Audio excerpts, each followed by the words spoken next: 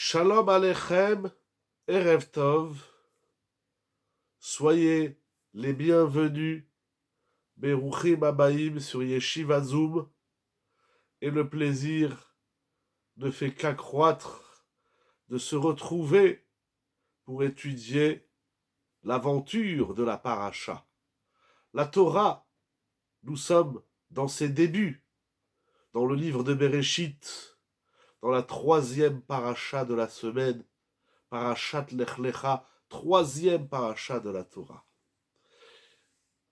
Lorsqu'on bâtit une œuvre, quelle qu'elle soit, on investit grandement dans les bases, dans les fondations, dans le début. C'est en vertu de notre investissement, du commencement. C'est en vertu des premières pierres, des premiers éléments que toute l'œuvre qui suivra sera,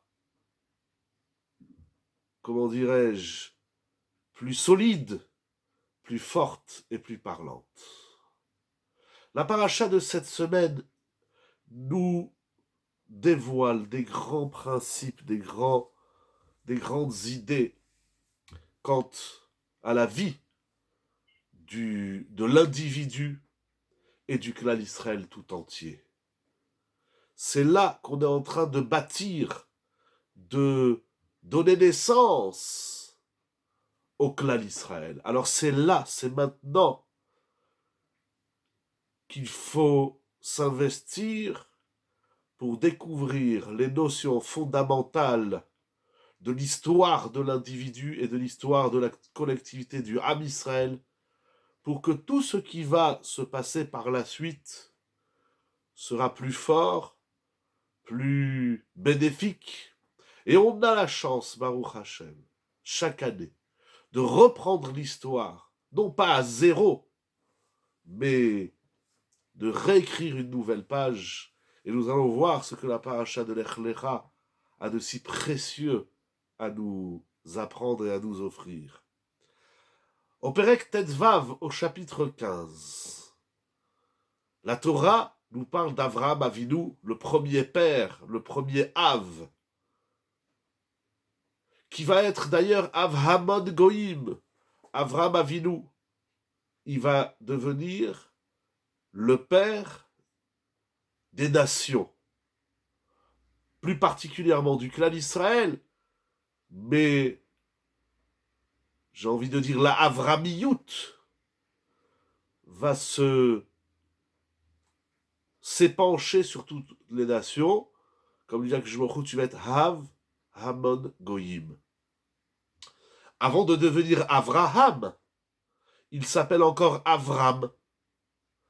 Et au chapitre 15, la Torah nous dit, après toutes les promesses que Dieu, qu'Akadosh Baruch Hu a fait à Avraham, toutes les promesses dans tous les domaines, les promesses les plus rêvées, j'ai envie de dire, d'un être humain, Avraham s'adresse à Akadosh Baruch Hu et lui dit, Vayomer Avram, chapitre 15, verset 2. Hachem Elohim. Il implore Hachem sous le nom de Hachem et de Elohim. Matitenli. Vanochi olech ariri. Est-ce que tout ce que tu me donnes a un sens alors que je n'ai pas d'héritier, je n'ai pas d'enfant? Avraham Avinu, il veut que son histoire, que ce qu'il a découvert d'Akadosh Baruch Hu se perpétue dans l'histoire, se transmet aux humains. Alors, il dit à Akadosh Baruch Hu, si tout ce que tu me donnes va disparaître en cela où je n'ai pas d'enfant, est-ce que ça a un sens? Alors Akadosh Baruch Hu lui dit au chapitre 15, verset 5, verset 4. Veine dvar Hashem elav lemor. Voici la parole d'Hachem qui s'adresse à Abraham et lui dit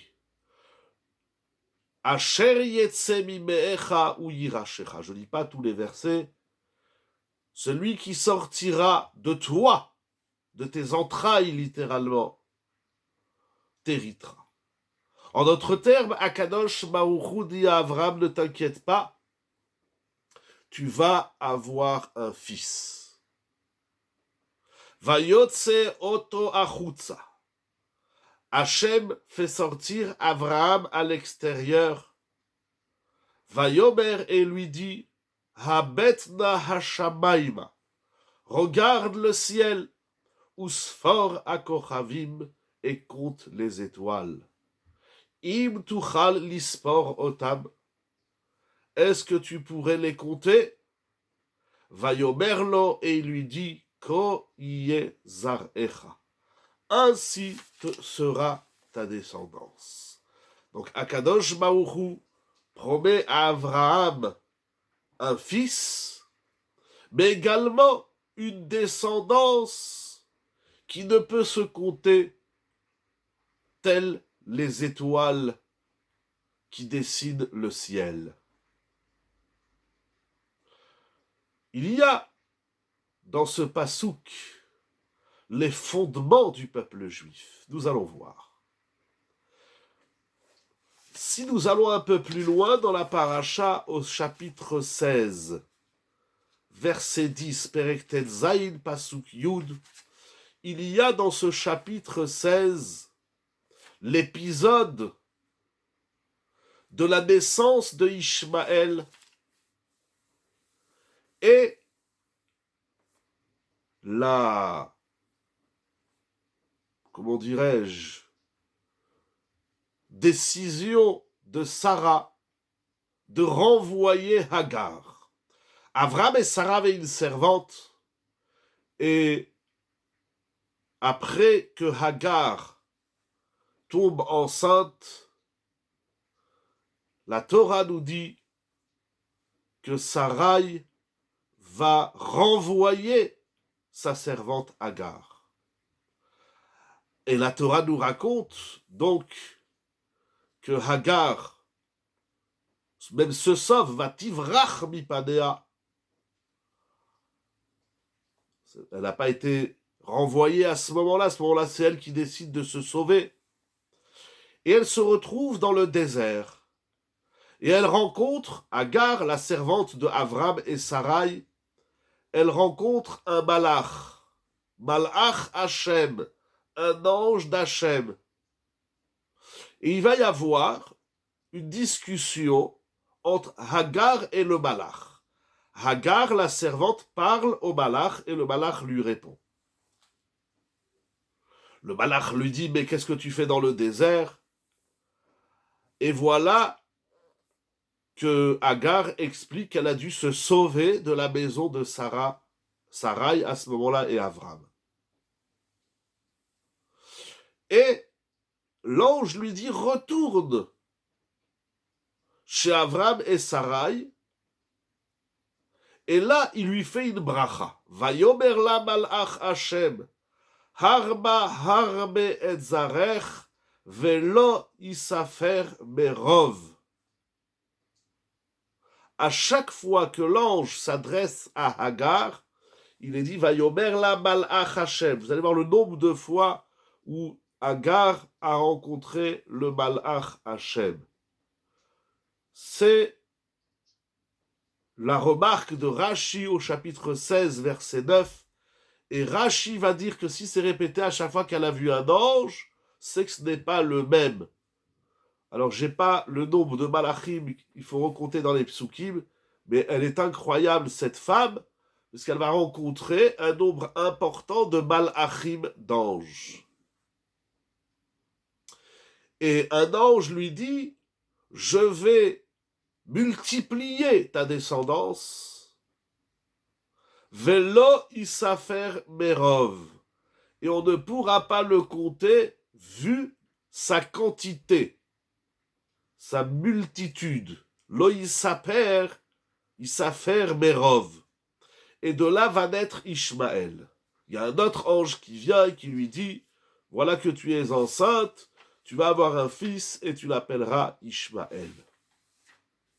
Il y a ici, entre la bracha que Hachem fait à Abraham, d'avoir un fils et une descendance, par quoi elle a mené, par quel mérite, au sens premier, à réfléchir, à approfondir, mais elle a abandonné, puisque c'était une princesse, Agar, elle venait de Mitzraïm, elle était princesse d'Égypte, et elle a abandonné son statut, son rôle, sa position de princesse, et a préféré être la servante de Abraham, du premier patriarche d'Israël. Je voudrais travailler avec vous, on peut le dire sous forme de questions, après on le dira de façon plus affirmative. Akadosh Baruch Hu, il dit à Abraham, je vais te donner un fils et une descendance que tu ne peux pas compter. L'ange dit à Agar, tu vas avoir une descendance que tu ne peux pas compter. Alors, il y a, bien sûr, nous allons voir dans les psukim que ce n'est pas la même bénédiction, mais apparemment, vulgairement, Abraham reçoit la bénédiction d'avoir une descendance qu'on ne compte pas, et Agar reçoit une bénédiction d'avoir une descendance qui ne se compte pas. Donc au final, nous savons que le fils, la paracha va nous le raconter, que le fils d'Abraham qui va réceptionner cette bénédiction d'avoir une descendance qui ne se compte pas, c'est Yitzhak. Donc si vous voulez en simple, ça a l'air de façon très superficielle que la bracha de Yitzhak et de Ishmaël est identique.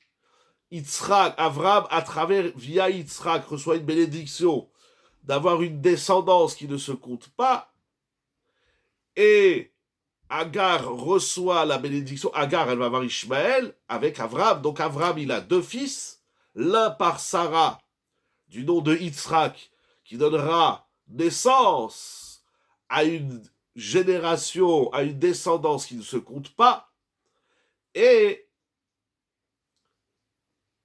Agar, qui va faire un fils avec Abraham, du nom de Ishmaël, reçoit la bénédiction d'avoir une descendance qui ne se compte pas.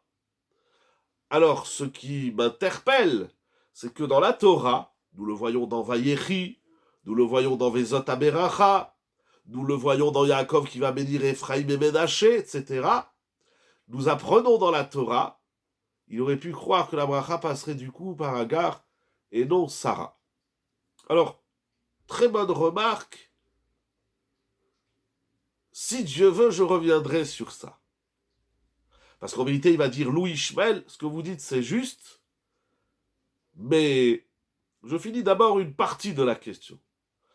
Abraham, donc il a deux fils, Yitzhak et Ishmaël. Apparemment, ils ont la même bracha. Or, je disais, nous apprenons dans la Torah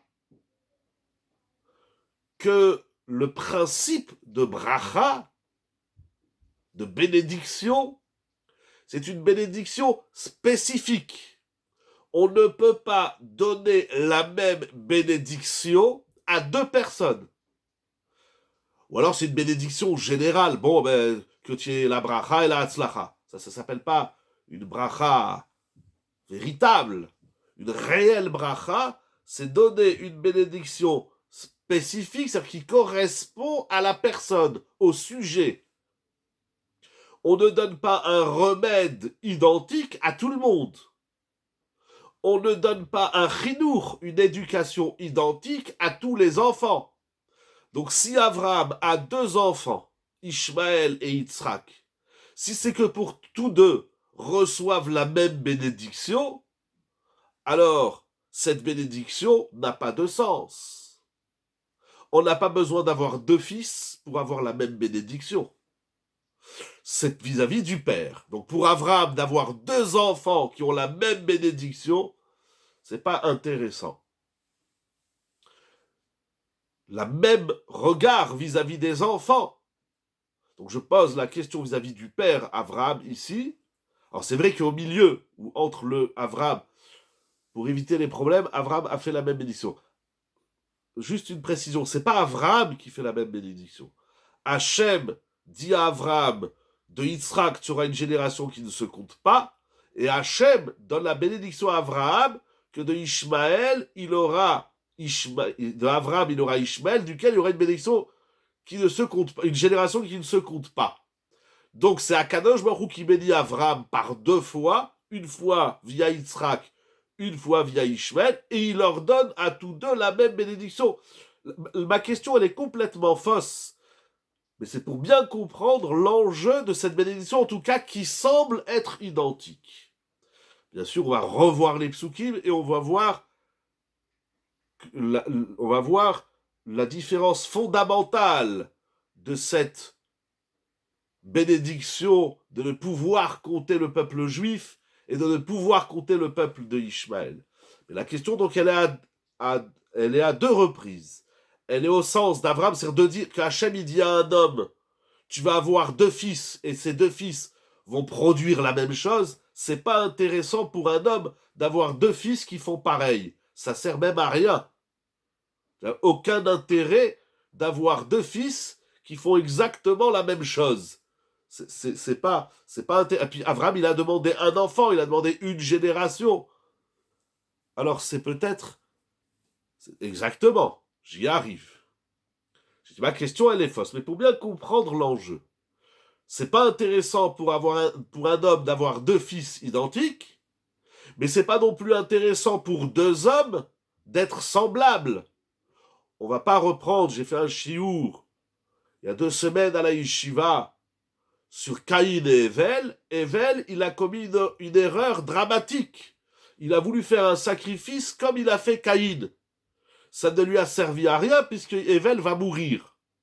Donc on ne fait pas ce que l'autre fait. Il n'y a pas d'intérêt que je fasse la même chose que mon frère ou que mon frère fasse la même chose que moi.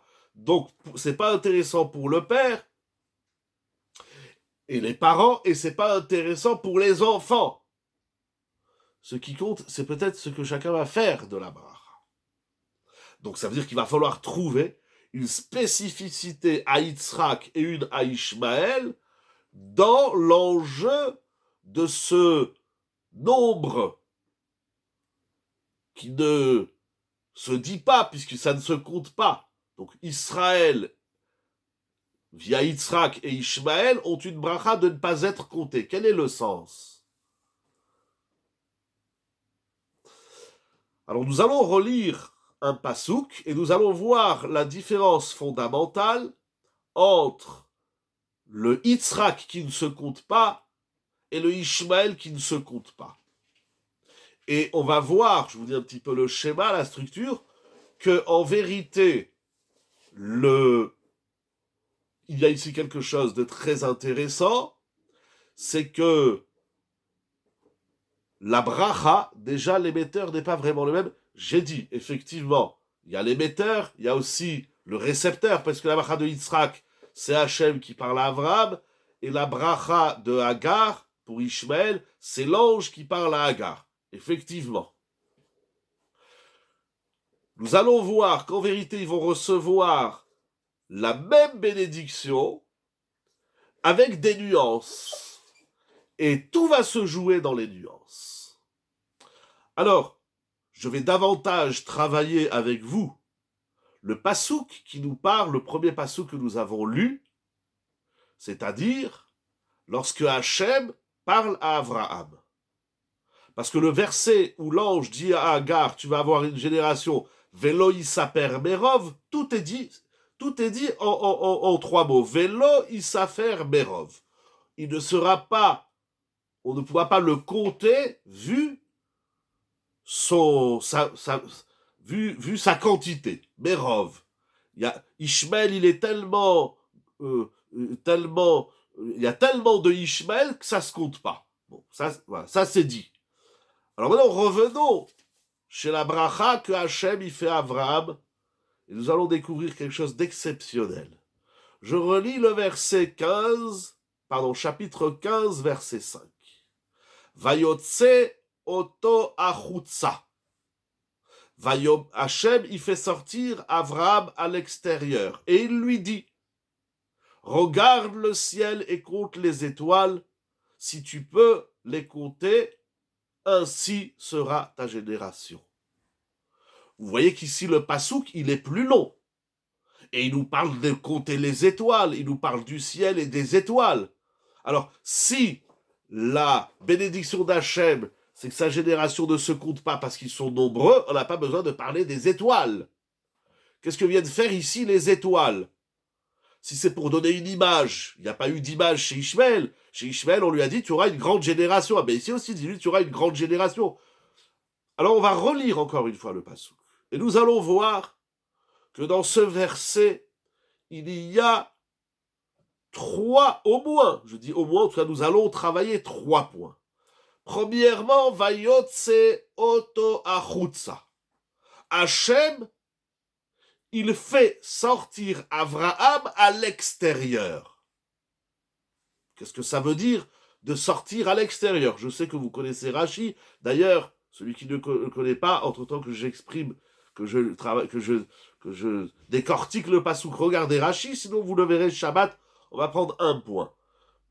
Pour promettre à Abraham une génération importante qui ne se compte pas, quelle est la nécessité de le faire sortir dehors? Puis ça veut dire quoi, sort dehors? En français, dire à quelqu'un sort dehors, c'est péjoratif. C'est sort d'ici, je veux plus te voir, etc. C'est quoi sortir? C'est quoi cette sortie du dehors? C'est incroyable.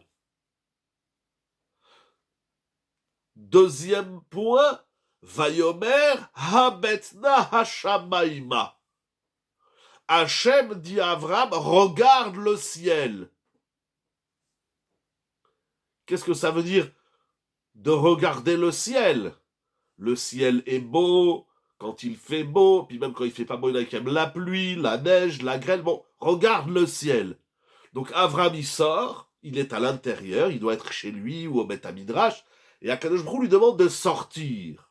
Bon, il sort. Voilà, je vais dehors. Ensuite, Akadosh Baruch Hu dit maintenant, regarde le ciel. Bon, ben je regarde le ciel. C'est quoi tout cette mise en scène de la bénédiction qui va exprimer la quantité du peuple juif? C'est quoi? Troisièmement, Usfor Akochavim, et compte les étoiles. Imaginez, Avraham Avinu, il s'exécute, il sort, il regarde le ciel et il commence à compter les étoiles. 1, 2, 3, 4, 1000, 2000, 3000. Et puis Hachem lui dit, ah, bah tu vois bien que tu peux pas les compter. Bon, alors c'est quoi cet exercice? Compte les étoiles, si tout sont, je peux pas les compter. Im tuchal lisporotav. Tu vois bien que tu peux pas compter les étoiles. Vayomerlo, et Hachem lui dit, ko zaracha. Ainsi sera ta génération. Donc on est une descendance qui sort dehors, qui regarde le ciel et qui compte les étoiles qui ne se comptent pas. C'est-à-dire que si le peuple d'Israël est né sous ces 3 symboles du routsa de l'extérieur, du regard du ciel et du dénombrement improbable et impossible des étoiles, c'est sous ces 3 notions que nous sommes nés, et c'est de là que vient la bénédiction de la taille du peuple d'Israël. Alors on doit comprendre, comme je disais au début, que ces 3 notions sont la base et le fondement de la naissance du peuple d'Israël. Abraham ne peut pas avoir d'enfant et ne peut pas avoir de descendants s'il ne sort pas à l'extérieur. Il ne peut pas avoir de descendance s'il ne regarde pas le ciel, et il ne peut pas avoir de descendance qui ne se compte pas s'il ne compte pas les étoiles et il se rend compte qu'il ne peut pas les compter. Qu'est-ce que ça veut dire tout ça? Il y a ici 3, au moins, je dis au moins, 3 notions fondamentales dans la naissance du peuple d'Israël qui va nous guider, nous accompagner jusqu'à et au-delà de la fin des temps. Un juif, c'est quelqu'un qui sort dehors.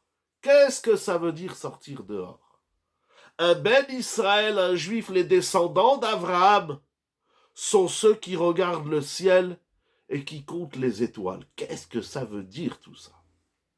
Alors bien évidemment, et Baruch Hashem, les commentaires que nous allons voir ce soir vont nous aider à comprendre et à découvrir des notions fondamentales. Nous allons commencer tout d'abord le premier point. On va aller dans l'ordre. Vayotse oto achutza. Il dit Rashi, Akadosh Baruch Hu dit à Abraham, sors de l'astrologie. Incroyable. Tu as vu dans les mazalotes, tu as vu dans les astres que tu n'auras pas d'enfant. Alors sors des astres. En d'autres termes, tu dois comprendre que tu n'es pas, toi et donc ta descendance, soumis aux mazalotes. Très bien. C'est énorme, je dis très bien, parce que c'est tellement immense comme notion. Il y a toute une étude au traité Shabbat. Il y a des livres entiers qui nous expliquent la profondeur des mazalotes, leur interaction et activité dans le monde, etc. Mais en très simple, Hachem dit à Abraham, tu n'es pas soumis aux astres. Bon. Abraham Avinu, il a déjà découvert Akadosh Baruch Hu. Il a déjà Lech Lecha, Be'artzecha, etc.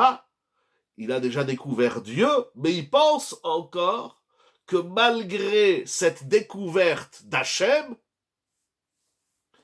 il y a encore une dépendance aux mazalotes. Le clan Israël, le peuple juif, dépend des mazalotes. Et Hachem lui dit, sors de ça. Bon. Ravolbé, dans Shiurei Chumash, il soulève une question. Il dit, je ne comprends pas. Si Hachem veut dire à Abraham qu'il n'est pas soumis au mazal, pourquoi il lui demande de sortir dehors? Il peut rester au Beth Midrash, il peut rester chez lui à la maison et Akadosh Baruch Hu se manifeste, se dévoile à Abraham et lui dit, mais, et Abraham il est là, il prie, Akadosh Baruch Hu donne-moi des enfants, et Akadosh Baruch Hu lui dit, mais non, ne t'inquiète pas, tu auras des enfants, laisse tomber les mazalotes. Pourquoi fallait-il que pour comprendre qu'il n'est pas soumis au mazal, il fallait sortir dehors? Akadosh Baruch Hu lui dit, sors dehors, va sur la terrasse, va dans la rue. Bon, d'accord, je vais dans la rue, et après, ben maintenant, tu vas voir que tu n'es pas soumis, tu n'es pas emprisonné dans le mazal. Bon, ça, tu peux me le dire même quand je suis au Beth Midrash. T'as pas besoin de me dire d'aller dehors. Akol mine shamayim chusvirat shamayim. C'est donc Abraham de mener l'action. Ok. Si Hachem lui dit tu dépends pas du mazal, allez vas-y, agis. Très bien. Mais pour comprendre, pour lui enseigner, pour lui transmettre cette notion que nous ne dépendons pas du mazal, il fallait qu'il aille dehors. Pourquoi ça, il ne peut pas l'entendre au Beth Midrash? Il dit Ravolbe un grand yesod. La maya tzarich leotzio lachutz sheyiret hakochavim. Hachem lui dit va dehors, regarde les étoiles. Eh ben toi tu es au-dessus des étoiles. D'accord, j'ai pas besoin d'aller les regarder. Il dit Ravolbe umadua lo yachala boré olam lomar lozot bebeto. Hachem, il ne pouvait pas lui dire ça lorsqu'Abraham il est à la maison. Il faut qu'Abraham il sorte de chez lui. Hachem, il lui dit tu ne dépends pas du mazal. Pourquoi il fallait sortir? Il dit Ravolbe. Et là, Zeklal. Voici la règle. Afin que l'homme agisse, comme vous dites. Pour qu'il y ait une action de l'homme. Mais quel est l'enjeu? Mais vous avez raison qu'il faut une action de l'homme. C'est juste. Mais lorsque Hachem, il m'enseigne une notion, d'abord il me dit la notion, et après j'agis. Or, ici, c'est Hachem, il fait agir. Quelque chose de palpable, exact. Akadosh Baruch Hu, c'est pour que Abraham il comprenne la chose, il faut qu'il agisse avant même de le savoir. C'est incroyable. Vous comprenez? C'est pas, il lui dit, tu dépends pas du mazal, allez, vas-y, bouge-toi. Non, il lui dit, viens dehors, regarde les étoiles, je vais t'apprendre quelque chose. Mais pour m'apprendre quelque chose, t'as pas besoin de me faire sortir dehors. Il dit Ravolme, Kedesh Adam if'al alpi emunato, afin que l'homme agisse et vive en fonction de sa foi, de sa émouna, l'homme aspic yedia. Il ne suffit pas d'avoir un principe dans la tête. Je sais. Tsarir reia berrouche. Il faut que ça soit palpable, comme vous avez dit, par les sens. Le sens au pluriel, l'essence. Donc l'essence de l'être. Donc les essences, les sens et l'essence. Verak mache adam roe berrouche poel etzlo. Ce n'est seulement ce que l'homme voit par ses yeux que ça va pouvoir agir en lui. C'est-à-dire que si je t'explique quelque chose, si c'est que de l'ordre intellectuel, alors tu vas le comprendre, mais ça ne s'appelle pas de la émouna. Et Ravolbe va ramener d'autres exemples. Ça veut dire que c'est Achutza, le premier point que Hachem dit à Avram, c'est de sortir dehors. Sortir dehors, ça veut dire, parce que pour sortir, pour aller vers, c'est pas la première fois qu'Hachem dit à Avram de sortir, l'Echlecha, etc. Pour sortir, ça veut dire qu'il y a tout ton être, physique, psychique, sentimental, sortir dehors pour mieux rentrer en soi. Pour mieux, avant de rentrer en soi, j'ai envie de dire une petite étape avant, sortir dehors pour se découvrir. Après, on va faire un retour vers soi. Mais d'abord pour se découvrir. Ça veut dire que la Emouna, c'est pas quelque chose qu'on apprend intellectuellement. Voilà, maintenant je sais, Dieu il existe, Dieu il a créé le monde. Non, c'est pas ça la Emouna. La Emouna, elle doit être béchouche. Elle doit être sensitive. Elle doit être ressentie. Ça, c'est Tseachutza. Sors dehors. Vayomer, deuxièmement, il lui dit Abetna Hashamaima. Regarde le ciel. Donc, puisque on continue le Mahalar de Ravolme, c'est-à-dire il faut, parce que de dire à quelqu'un, mais t'es au-dessus du Mazal, c'est rien, c'est du pipeau. Il faut faire la démarche, l'exercice. Il faut comprendre qu'on est au-dessus du Mazal. Comment on comprend? Eh bien, on sort et on regarde les étoiles. Et qu'est-ce qu'il y a dans les étoiles?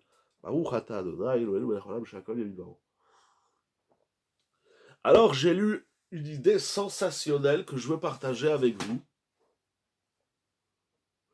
dans un livre qui s'appelle Mevohot Achaim, un livre extraordinaire, du Rav, qui s'appelle Rav Schachter, je crois, Rav Yosef David Schachter. Voilà. Mevohot Achaim, un livre extraordinaire. Je ne sais pas si vous voyez à l'endroit ou à l'envers. Très bien. Il dit la chose suivante. Tu sors. Donc tu vas apporter tout ton être, tout avec toutes ses composantes, et tu vas aller dehors. Il faut sortir de soi pour se découvrir et donc pour mieux rentrer en soi. Donc je vais dehors. Je vais me rendre compte qu'il y a tout un système. Il y a la galaxie avec tous les astres, etc. Et je vais compter les étoiles. Il dit, dans ce Sefer, le Rav d'extraordinaire, est-ce que vous savez, on va pas faire maintenant un cours sur l'astrologie, mais est-ce que vous savez comment fonctionnent les astres? La Gemara nous dit, celui qui naît tel jour, celui qui naît sous tel mazal, très bien. Mais comment fonctionnent les astres? Eh bien, les experts qui savent lire les astres, ils vont voir plein d'étoiles. Et d'une étoile à l'autre, ils vont tirer un trait et ils vont dessiner, entre guillemets, ils vont dessiner un mazal. Celui qui n'est pas avisé, il sort dehors et il voit les étoiles. Alors il en est émerveillé ou pas. Il vient, celui qui a étudié un peu l'astrologie, il fait regarde, tu vois là il y a la grande ours, là il y a la petite ours, là il y a tel mazal, là, et il dit moi je vois rien de tout ça dans le ciel. Il dit oui. Regarde, tu commences par cette étoile, tu vas par l'ouest, le nord, etc. Hop, va se dessiner un dessin. Mais le dessin, tu ne le vois pas. Il va falloir le dessiner. Je rajoute une parenthèse que le mot séphor en hébreu, qui veut dire conte, comme Sphirat HaOmer, veut dire également raconter sipour. C'est-à-dire qu'il faut faire parler les étoiles. Ça, il dit pas le Rav, mais je le rajoute. Il faut faire un récit des étoiles. Si tu ne racontes pas l'étoile, tu vois pas le mazal.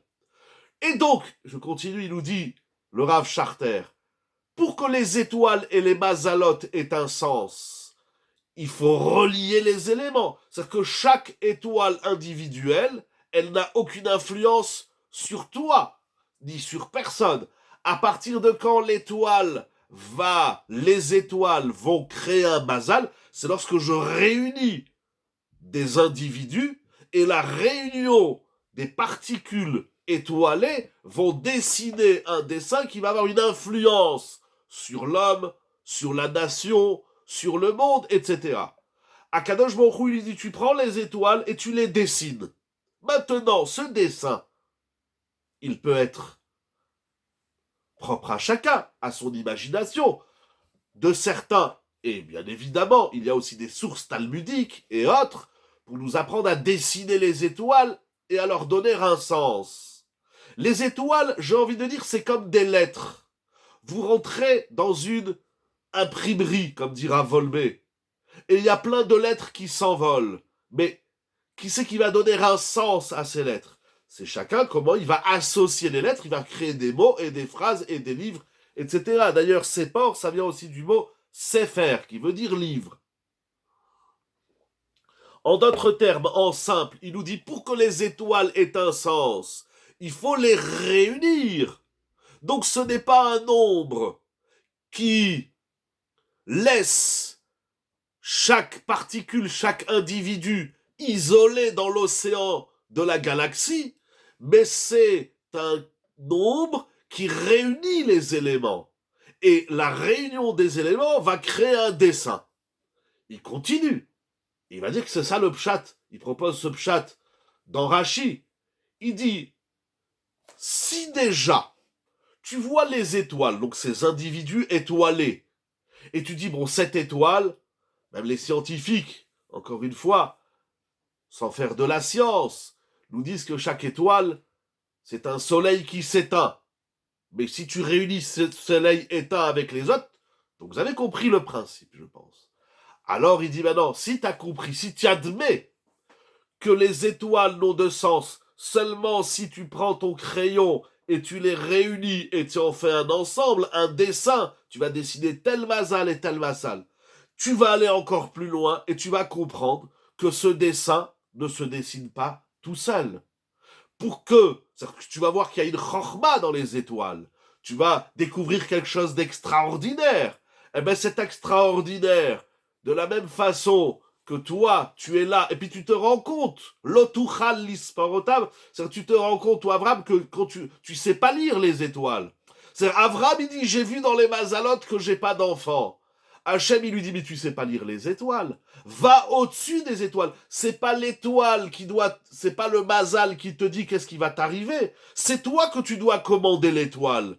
Et comment tu commandes l'étoile? C'est quand tu te mets au-dessus. Mais moi, je vis pas dans le ciel, l'Oba Shamaïmi. Alors je dois comprendre qu'au-dessus des étoiles, il y a Kadosh Baruch Hu qui dessine les étoiles. C'est la Emouna. Donc Ravol Beadi sort dehors pour apprendre la Emouna, pour te rendre compte que la Emouna, ce n'est pas qu'une philosophie métaphysique, mais c'est quelque chose que tu vas découvrir dans le monde. Le monde entier crie, appelle, résonne de la foi en Hachem. Eh bien, cette foi, si, là, cette Emouna, nous dit Rav Scherter, elle passe à travers l'étoile, dans le sens où tu ne sais, c'est-à-dire si tu lis les mazalotes comme toi, Avram, tu veux les lire, alors t'es coincé. Mais si tu te mets au-dessus, c'est-à-dire que tu prends conscience que le mazal, il est dessiné par un dessinateur, en l'occurrence Akadosh Baruch Hu Ishtamar Shemo, tu vas voir que le mazal, il répond également à une règle. Le jeu ne se fait pas tout seul. Ah, maintenant, allons plus loin. Allons plus loin. Parce que ça, on peut le faire autrement que par des étoiles. On peut le faire aussi sur la Terre. On peut le faire dans plein de domaines. On peut le faire, je sais pas, vous faites un plat, voilà, un gâteau. Ben, il y a des particules, et puis c'est l'association des particules qui fait le pain. Le pain, il se fait pas tout seul. Il y a que les oufs sur Terre qui croient qu'il y a tout qui se fait tout seul. Mais rien ne se fait tout seul. Tu prends la farine, tu prends l'eau, tu prends le sucre, etc. Et tu laisses faire. Et alors, il y a un gâteau, il y a des chalotes qui se dessinent. Mais donc, pour dessiner les choses, il faut les assembler. Alors, ce qui est très intéressant, c'est que dans leur rassemblement associatif collectif, c'est là que chaque particule va jouer son jeu. Je ne ferai pas le travail chez Ishmaël pour plusieurs raisons, mais tout ce qu'on dit chez Yitzhak, dans le peuple d'Israël, on ne le retrouve pas chez les nations. Les nations, et peut-être particulièrement Ishmaël, mais encore une fois, il faut du temps, il y a des livres entiers dans la Torah qui sont écrits sur Ishmaël. Mais ce qui m'intéresse dans un premier temps, et ce soir d'abord dans l'ordre de la paracha, c'est Yitzhak. Alors, c'est le clan d'Israël que nous sommes. Alors, pourquoi il faut dire ça dans les étoiles? Tout élément, individu, avec sa singularité, avec sa force et sa faiblesse, il peut exprimer pleinement ce qu'il est seulement s'il s'associe, seulement s'il se joint à l'autre et à tout autre. C'est l'histoire du couple que le monde n'y croit plus. C'est l'histoire de la famille que le monde n'y croit plus. C'est l'histoire de la société que le monde n'y croit plus. Mais un homme masculin, le Talmud nous enseigne au traité Yébamot que le masculin ne s'appelle masculin seulement lorsqu'il se retrouve en face du féminin. Donc, tu ne peux pas exprimer ta singularité de masculin, de Adam, de Ish, si en face de toi, il n'y a pas une Isha. Donc, cette vérité que l'association des éléments, ce n'est pas quelque chose qui se fait tout seul, parce que c'est pas parce qu'un chacham il a dit les astres, il faut les lire comme ça qu'on doit tous le suivre. Si moi je veux dessiner les astres, et puis voir dans les astres autre chose que les 12 mazalotes, j'ai le droit. Qui c'est qui m'interdit de dessiner les astres comme je le ressens, comme je le pense, comme je le vis? Et c'est ça qu'on doit faire. On ne doit pas s'enfermer dans une lecture du monde qui est humaine. La lecture humaine, ce qu'on appelle la science, elle est vraie, mais elle n'est pas absolue, puisque c'est un homme, avec toute sa science, sa chorma, qui a découvert ce qu'il a découvert. Mais si moi j'ai envie de dessiner le monde autrement que n'importe quel scientifique, j'ai le droit. C'est pas parce que tel astrologue il a dit tu vas relier les étoiles comme ça. C'est ça la shrina dans le couple, exactement l'action d'Hachem pour associer deux singularités. Mais pour que Hachem décide la singularité de chacun et crée le couple d'Israël, il faut qu'on comprenne que la lecture que moi, masculin, homme, garçon, j'ai du couple, n'est pas la lecture de ma femme. Il n'y a pas une seule lecture au couple. Il y a la lecture de monsieur et la lecture de madame. À partir du moment où je me dis, puisque je peux dessiner et lire le couple d'une certaine façon, donc le couple c'est un objet que moi, homme, je dessine, je manipule. Donc je comprends qu'il y a au-dessus de ce dessin qui me paraît être évident et là, mais non, puisque donc je me mets au-dessus. Et à partir du moment où je me mets au-dessus, j'admets et je comprends le concept de l'au-dessus. Et l'au-dessus, il y a l'au-delà et l'au-dessus. Et l'au-dessus est infini. Si moi je lis le couple comme ça et ma femme elle le lit différemment, c'est là où c'est intéressant parce que c'est là où il va y avoir une réelle construction du couple. Alors, en tout cas, si j'admets le concept de l'au-dessus, alors l'au-dessus, il est infini, c'est la Emouna. C'est comme ça que je traduis les mots de Rav Charter. Mais ce concept, il est vrai dans tous les domaines de la vie. Pourquoi il fallait passer par... Pardon, pourquoi il fallait passer par les étoiles? Je vois parce que... Ok. Alors, il y a quelque chose d'immense. Rapporté par le Beth Israël. Le Beth Israël, c'est un des fils du Imre Emet, petit-fils du Sfat Emet, qui ramène une idée très connue, mais on va faire comme si on la connaissait pas, du Baal Shem Tov. Je vais vous le lire. C'est plus que magnifique et c'est fondamental. Beshem Baal Shem Tov Akatosh Zichrono Livracha Shepiresh. Ah, pardon, j'ai pas vu la question. Si vous voulez la renvoyer. וכמו שהכוכבים נראים למטה קטנים ולמעלה בשמיים הם גדולים מאוד, n'hésitez pas à renvoyer la question. De la même façon que les étoiles, quand tu es en bas, tu les vois petites, mais en vérité, elles sont immenses. Ainsi les béné... Ah, pardon. Avraham Avinu manquait-il de Emouna? J'y arrive tout de suite. Très bonne question. J'y arrive. Je vais répondre. Regardez, je vais l'écrire parce que sinon, si je retrouve mon stylo, je vais revenir à votre question. Avraham manquait-il? Pas du tout. Avraham manquait-il d'Emouna? Je voudrais juste d'abord terminer le Mahalach et le synthétiser et je vais revenir à votre question. J'y reviens tout de suite. Avraham, Akadosh Baruch lui dit, regarde les étoiles. On a dit, pourquoi les étoiles? Si c'est pour apprendre le concept du trait, ce que j'appelle le trait, qui réunit les éléments, qui laisse à chacun sa singularité, et qui dessine un dessin, donc c'est qu'il y a un au-dessus des étoiles, et si tu admets le concept de l'au-dessus, eh bien tu vas à l'au-delà, c'est-à-dire à Kadosh Baruch Hu, tu vas très loin dans la Emouna. Alors, et j'ai envie de dire que dans la vie, à Kadosh Baruch Hu, il dit, alors voilà, je t'ai donné plein d'éléments. Comment tu vas les relier? 1, tu as le libre arbitre. 2, tu vas te casser la figure 1000 fois, mais c'est pas grave. Vas-y. Puis à un moment donné, tu vas dire, bah alors finalement, je sais pas assembler les éléments. Alors on va te dire, va voir un expert, va voir un chef d'entreprise, va voir le fabricant. Donc tu as compris qu'il faut être au-dessus des éléments pour pouvoir les réunir. Qui dit au-dessus infini, c'est-à-dire Akadosh Baruch Hu. Alors, je reviens à votre question, promis Blinéder. Alors, Akadosh Baruch Hu, il dit Abraham, les étoiles. Pourquoi? Il dit le Baal Shem Tov, parce que quand il est en bas, ici, nous on voit les étoiles, elles sont minuscules. Pardon, je reprends le livre. Ken bene Israël yirim ktanim le mata baolam hazeh, ou baolam ha'elyon en gdolim le me'od. Ça veut dire, en d'autres termes, je le traduis ainsi dans mes mots, ce que je comprends, c'est que toi, Abraham, tu vois les étoiles. Quand tu vois les étoiles, tu vois quoi? Tu vois quelque chose de petit, peut-être de beau, qui scintille dans le noir de la nuit. Mais encore, qu'est-ce qu'on voit des étoiles? On voit des petites lumières qui brillent. Voilà.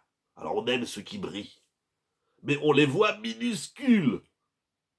Alors il dit à Kadosh Baruch Hu, Avraham Avinu, monte au-dessus des étoiles. C'est au lieu de regarder l'étoile au-dessus de toi et que tu la vois petite, monte vers l'étoile pour voir qu'elle est immense. C'est parce que tu es en bas que tu vois les choses en petit. Mais si tu montes, si tu évolues, si tu grandis, si tu avances, tu vas voir que les étoiles, elles sont immenses. Tu vois petit parce que tu es petit. Mais si tu es grand, tu vas voir tout grand. En d'autres termes, pour conclure la première partie essentielle, l'ossature du chiour que je voulais partager avec vous, donc la bracha que Akadosh Baruch Hu fait à Avraham d'avoir une descendance qui ne se compte pas, c'est-à-dire d'avoir une descendance qui a de la émouna palpable, de la émouna réelle, pas des mots, oui, je crois en Dieu. Tout ça, c'est du pipeau, tout ça, c'est de la poésie. La émouna, c'est quelque chose qui t'implique à aller au-delà de toi-même, déjà de sortir de toi. Après, on verra s'il faut rentrer en soi ou se découvrir. Il faut aller à l'au-delà de soi. l'au-delà de soi, ça doit être du réel, ça doit être du vrai. L'homme, il a, certes, nous avons nos repères, mais c'est pas ça la Emouna. La Emouna, c'est de sortir de soi, c'est d'aller à l'au-delà de soi, c'est d'aller encore plus loin de soi-même. C'est quoi le plus loin de soi-même? C'est ce que nous avons expliqué du Rav Charter, c'est-à-dire d'apprendre à dessiner et de se rendre compte qu'on a besoin d'une puissance supérieure pour dessiner, donc on apprend l'au-dessus, et le Baal Shem Tov qui dit tu vas apprendre à voir les choses plus grands. Si tu n'arrives pas, c'est parce que tu te vois petit. Ça, c'est l'ossature essentielle de ce que je voulais partager avec vous. On va, à travers votre question, je vais utiliser votre question. Ok. Vous demandez Avraham